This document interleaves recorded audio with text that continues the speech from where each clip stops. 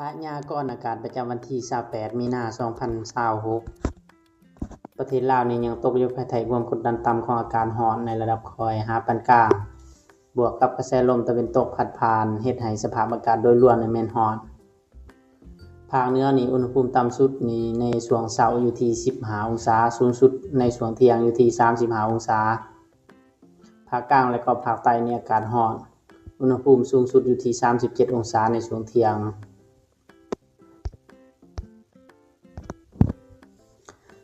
มาเบิ่งลมในประเทศลาวนี่จะมีกระแสลมตะวันตกพัดผ่านอยู่ทางภาคเหนือและก็ภาคกลางภาคเหนือนี่ความไวลมประมาณ13กิโลเมตรต่อชั่วโมง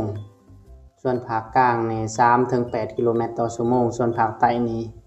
บ่ค่อยมีลมปานใด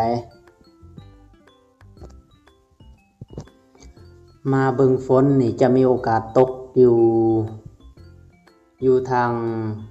บางพื้นที่ของแขวงสะหวรรณเขตและก็แขวงสารวัตรและก็บางพื้นที่ของแขวงเสกอง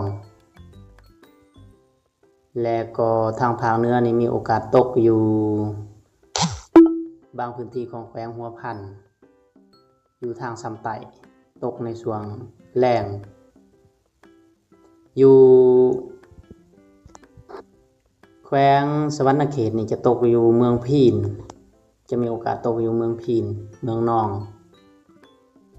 ส่วนแขวงสารวัตรนี่จะตกอยู่ตะโอยสมวยและก็แขวงเสกองนี่จะมีโอกาสตกอยู่เมืองท่าแตงและก็แขวงสารวัตรนี่เมืองสารวัตรก็มีโอกาสตกเช่นกันเนาะมาเบิ่ง PM 2.5 นี่ยังกระจายตัวในระดับสูงอยู่ทั่วทุกภาคของประเทศลาว